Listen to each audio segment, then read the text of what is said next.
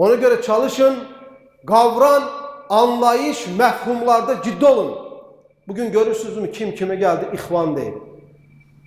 Kim kime geldi? Hizbi değil. Kim kime geldi?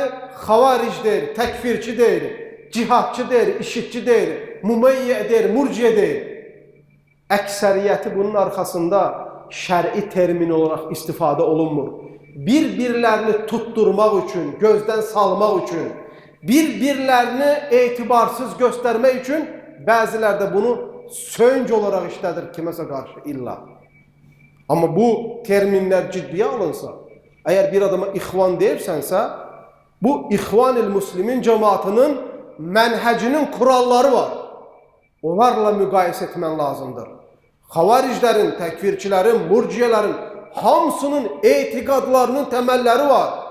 Onların içine şamil olan sözleriyle ve emelleriyle bir adam olmalıdır ki sen bu kategoriler üzerinden hemin insana hüküm verebilesin. Heyhata. Onu işleden insanların ekseriyeti o terminlerden haberi yok. Bu meselelerle ilgili yazılan kitaplardan, meslerlerden beyhaberdir. Ama təəssüflər olsun. Ne kadar rahat demirlərim kardeşler. İhvan, filan ihvan. Bir nəfər də soruşur məndən, deyir kardeş. İhvan vəzifədir, nədir? İhvan filan. Ya insanlar bizim coğrafyamıza bakın, vallahi derim ha. Ne kadar yani yazık ve acınacaklı bir duruma gelmişik.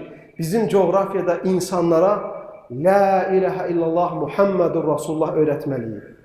Gelin bu qəbirlərə, bu pirlərə ibadət eləməyin. Gelin bu dinimizden olmayan hurafi inançları qırağa koyun.